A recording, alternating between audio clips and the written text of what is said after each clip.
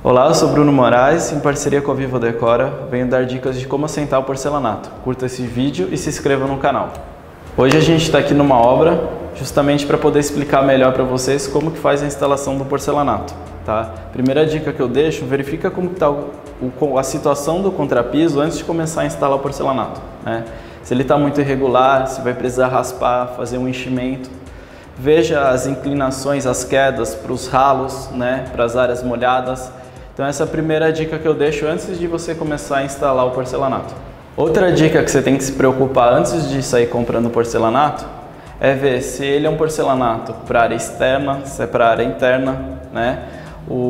A quantidade de tráfego dele, se é para área comercial, se é para residencial. Então isso vai influenciar bastante e até na conservação do porcelanato que você vai comprar, tá? Eu tô com uma peça aqui de porcelanato, ele é um porcelanato bold, tá? Que ele tem esse canto arredondado aqui.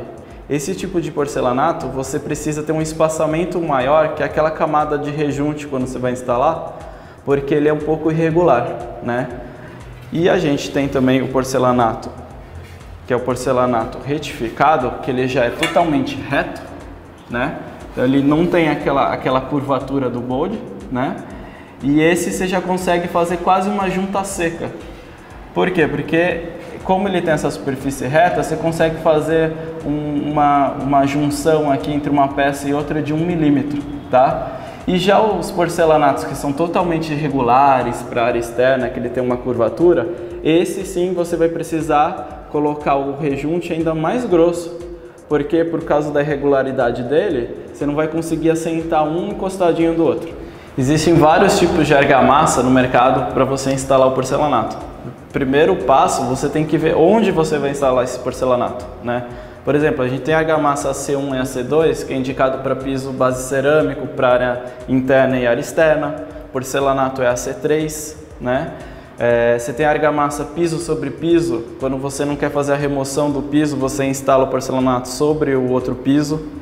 E você tem a argamassa para área interna, área externa, né? Mas a argamassa de porcelanato geralmente vem escrito na embalagem, argamassa colante para porcelanato, né? E uma dica que eu deixo é que você vai encontrar argamassa cinza e argamassa branca, geralmente nas lojas de construção. Se você for instalar um porcelanato muito claro e for usar argamassa cinza, ela pode manchar o seu piso. Então, vai para a argamassa branca que não tem erro. Ela é um pouquinho mais cara, mas você vai correr menos risco de manchar seu porcelanato depois. Bom, aqui a gente está umedecendo, a gente vai fazer uma instalação de porcelanato. A gente está umedecendo o contrapiso, né?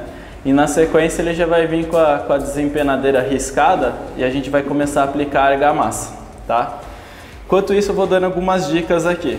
Bom, um porcelanato igual esse daqui, que é 90 por 90, não adianta a gente querer fazer a instalação dele com martelinho. O martelinho é para superfícies pequenas, né? Uma vibração de um martelinho desse não vai refletir na argamassa aqui para assentar ela, tá? Então o correto é a gente fazer a instalação de um piso desse tamanho com as ventosas, tá? Daqui a pouco a gente vai mostrar como que faz essa instalação. Então assim, martelinho somente para superfície pequena. Não adianta querer instalar porcelanato com medidas 60 por 60 para cima com martelinho, porque ele não vai ajudar muita coisa, tá? Agora a gente está aplicando a argamassa, tá? O ideal é a gente aplicar, ele está espalhando a argamassa e daqui a gente faz a argamassa, vai fazer um sentido só os dentilhados, tá? E para uma peça dessa, a gente vai ter que aplicar a argamassa atrás da peça também, que chama dupla colagem, tá? Agora a gente vai começar a fazer a dupla colagem, tá? Então, igual eu comentei, peças maiores que 60 por 60, né? Não adianta usar o martelinho, né? E tem que fazer a dupla colagem para dar aderência. Então a gente tem que aplicar a argamassa tanto no porcelanato como no piso, tá? Enquanto eles estão fazendo aqui a dupla colagem, eu vou dar uma outra dica, tá? Quando você for encostar o porcelanato aqui na parede, você sempre deixa uma fresta, tá? Essa fresta depois, o próprio rodapé, ele vai acabar escondendo essa fresta. Por quê? O concreto, ele dilata 2 vezes mais do que um porcelanato.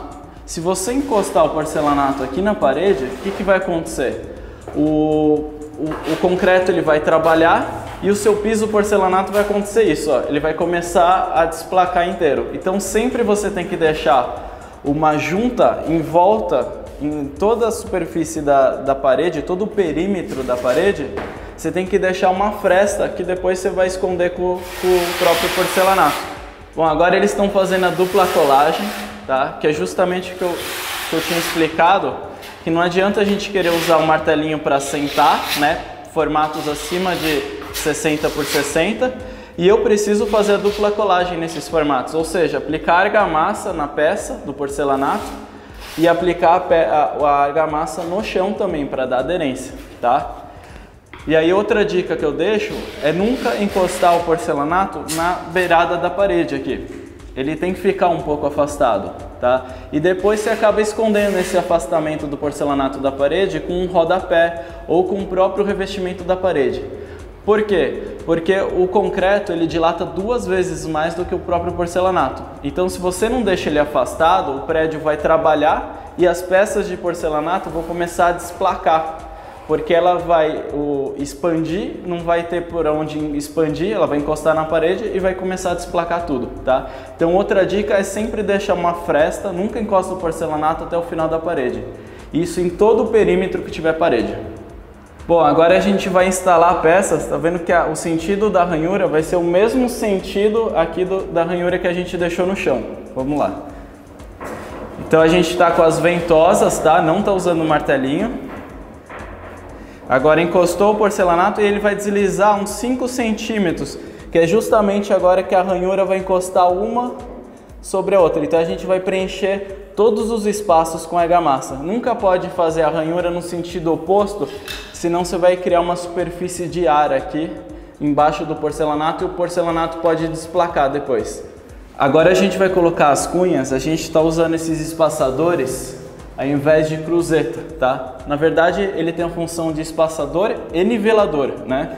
Então, o que ele faz? Ele vai pegar uma borda do porcelanato, nivelar com outra borda, a outra borda com outra borda. Então, você corre menos riscos de deixar qualquer porcelanato saindo para fora, tá? Essa é a melhor técnica que tem hoje no mercado. Então, você usa isso daqui, ele vai ser o próprio espaçador. E aqui a hora que a gente encaixar a cunha, ela vai puxar os dois lados. A gente vai fazer aqui na prática agora. Então a gente vai encaixar as cunhas, né, com os niveladores, tá? Agora terminou de encaixar as cunhas, a gente vai usar esse alicate, que é esse alicate que vai dar o aperto e vai nivelar o porcelanato com o porcelanato que está do outro lado. Nunca faça isso à mão, porque se você fizer à mão, a gente vê muito pessoal fazer isso na obra. O que acontece? O pessoal acaba forçando isso com a mão, acaba puxando o porcelanato, cria uma camada de ar por baixo dele e ele vai ficar oco depois. Então sempre usa o alicate para fazer esse serviço, tá? Aí aqui a gente terminou de fazer o nivelamento e aí a gente já pode tirar as ventosas aqui que utilizou na instalação. Após o porcelanato estar instalado, você vai remover essa cunha, né? E esse plastiquinho branco, você batendo com ele com um martelinho, ele sozinho, ele já quebra, né? E aí você vem depois e faz o rejunte do piso, tá? Então esse daqui, a camada, o plastiquinho que fica embaixo do piso, ele não sai. Você bate aqui com o martelinho depois e essa parte que está saindo do piso para cima, ele vai quebrar. Ele vai quebrar com facilidade e aí a parte de baixo fica embaixo do piso. Bom, depois do piso instalado, a gente tem que esperar a argamassa secar, né? Aí a gente vai tirar os niveladores e aí a gente pode já fazer o rejunte do piso, tá? Aqui eu separei 2 exemplos de rejunte, tá? O rejunte em pó, que é o cimentício, e aqui eu tenho o rejunte acrílico, tá? No mercado a gente tem mais um tipo de rejunte, que é o rejunte epóxi, que eu não separei aqui, tá? Qual que é a diferença? Esse em pó, ele pode ser usado para área interna, tá?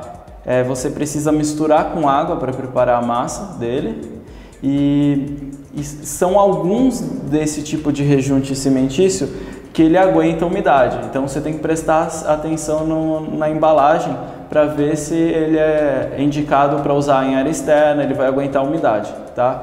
Mas geralmente ele é utilizado mais em área interna. Já o rejunte acrílico,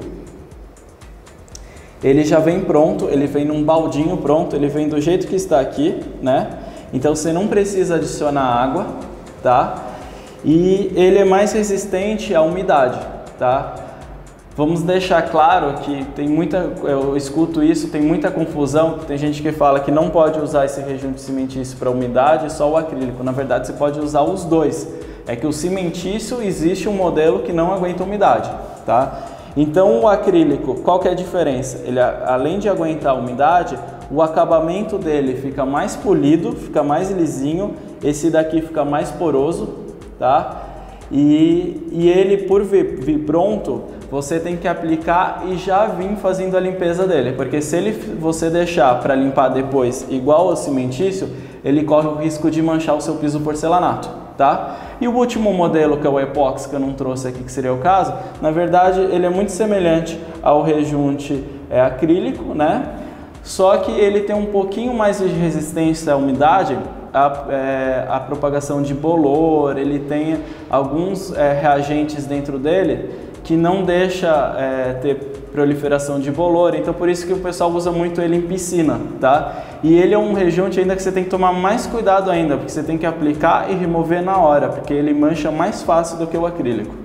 Eu vou dar um exemplo de como que a gente faz os cortes de porcelanato nas obras, tá? A gente tem uma riscadeira e uma mesa de corte, né? A gente procura evitar o disco de corte, né?